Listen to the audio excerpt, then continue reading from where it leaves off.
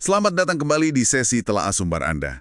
Kali ini kita coba bongkar bab 1 dari buku yang udah dikenal banget ya, Getting to Yes. Iya, buku klasik ini. Betul. Fokus utama kita kali ini, kenapa sih kalau kita terlalu ngotot soal posisi pas negosiasi, itu kok seringnya malah jadi nggak efektif? Terus, ada nggak sih cara yang lebih cerdas gitu? Menarik banget topiknya. Pernah dengar nggak soal negosiasi uji coba nuklir antara Amerika sama Soviet dulu, zaman Kennedy? Itu kan guntu banget ya. Oh, yang soal jumlah inspeksi itu ya? Nah, ya itu.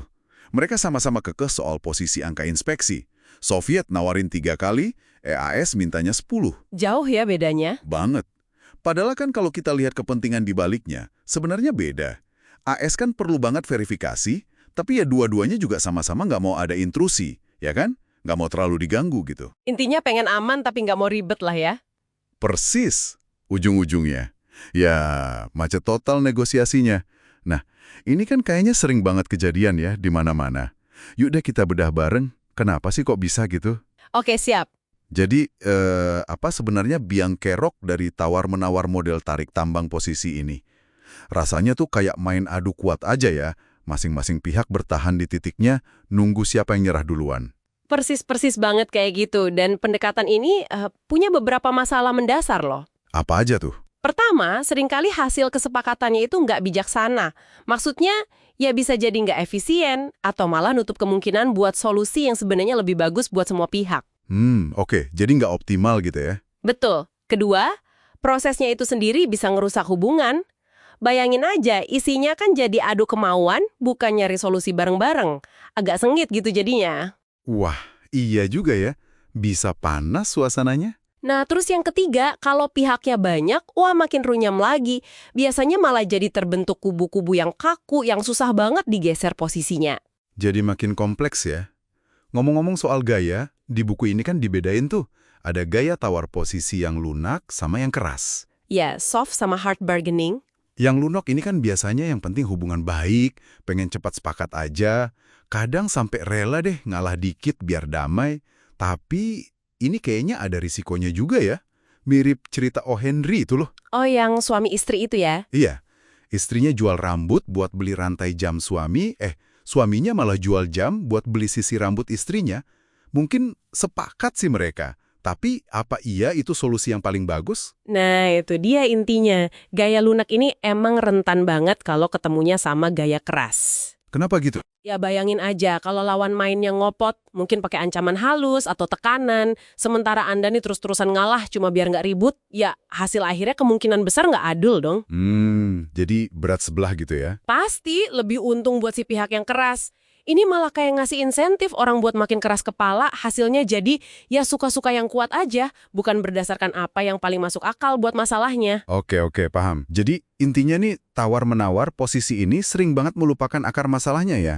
Apa sih yang sebenarnya kita butuhin atau kita khawatirin kepentingan kita itu? Tepat sekali. Contoh yang sering banget dipakai dan gampang dipahami itu kan soal 2 orang di perpustakaan. Yang satu ngotot jendela dibuka itu posisinya. Satunya lagi ngotot, ditutup, posisi lawat. Nah, pustakawannya cerdik nih. Dia nggak ikutan pusing soal buka atau tutup. Dia tanya, kenapa sih pengen dibuka? Kenapa pengen ditutup? Digali dulu ya alasannya. Betul. Ternyata yang satu itu butuh udara segar, yang satu lagi nggak mau kena angin langsung. Beda kan kebutuhannya? Solusinya. Gimana tuh? Buka jendela di ruang sebelah aja. Jadi, kepentingan keduanya terpenuhi, udara segar dapet, angin langsung nggak kena. Bukan cuma kompromi setengah-setengah di posisi, kayak jendela dibuka separoh gitu. Nah, ini dia pembeda kuncinya yang perlu banget Anda ingat. Posisi itu ya, apa yang Anda bilang Anda mau. Misalnya, saya mau harga sekian, atau pokoknya jendela harus buka, gitu kan? Permintaan eksplisitnya ya? Ya, sementara kepentingan itu alasan dibaliknya bisa kebutuhan, keinginan, kekhawatiran, harapan yang bikin Anda ngambil posisi itu. Kayak tadi, saya perlu udara segar, saya khawatir masuk angin, atau mungkin saya butuh dana tambahan buat X, saya pengen ada rasa aman. Oke. Jadi lebih ke mengapanya ya? Persis. Contoh nyata yang bagus banget itu perjanjian Camp David tahun 1978 antara Mesir sama Israel. Oh iya, itu terkenal banget. Nah, posisi Israel waktu itu kan pengen mempertahankan sebagian wilayah Sinai. Sementara posisi Mesir ya kedaulatan penuh atas seluruh Sinai. Kelihatannya kan buntu banget tuh nggak ketemu. Iya, kayak nggak mungkin nyatu. Tapi begitu fokusnya digeser ke kepentingan, Israel kan kepentingannya keamanan nasional, Mesir kepentingannya soal kedaulatan. Ketemu solusinya. Gimana tuh solusinya? Sinai kembali sepenuhnya ke Mesir, jadi kepentingan kedaulatan Mesir terpenuhi. Tapi ada syaratnya, wilayah itu harus didemilitarisasi secara luas. Nah, ini memenuhi kepentingan keamanan Israel, jadi bisa ketemu kan? Kuncinya yaitu ngelihat di balik posisi. Wow, keren banget ya kalau bisa geser fokus gitu. Jadi langkah krusialnya itu emang menggeser arah obrolan ya. Dari sekedar bilang, pokoknya saya mau ini, ke upaya buat memahami, kenapa ya saya dan Anda juga butuh ini. Betul sekali. Menggali kenapanya itu yang justru bisa membuka banyak kemungkinan baru yang mungkin nggak kepikiran sebelumnya. Oke deh, jadi pelajaran penting dari bab ini yang bisa Anda bawa pulang nih. Coba deh hindari sebisa mungkin terjebak dalam perang posisi pas lagi negosiasi.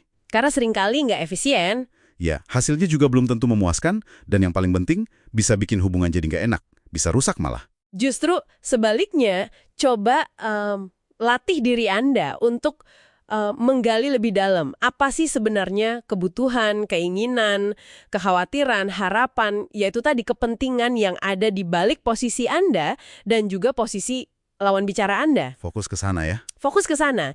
Itu membuka jauh lebih banyak ruang untuk nemuin solusi-solusi kreatif yang bisa jadi sama-sama menguntungkan buat semua pihak.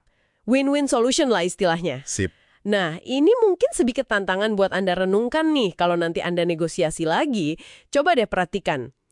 Kapan Anda atau mungkin orang lain mulai kaku, mulai bertahan mati-matian di posisinya? Kelihatan biasanya ya kalau udah mulai nyotot. Iya, dan yang lebih penting lagi, gimana caranya Anda bisa, mungkin dengan halus gitu ya, mengalihkan obrolan untuk mulai ngebahas kepentingan yang sesungguhnya di balik itu semua. Gimana cara gesernya? Nah, coba dipikirkan deh, oke? Sampai ketemu lagi di pembahasan kita berikutnya ya.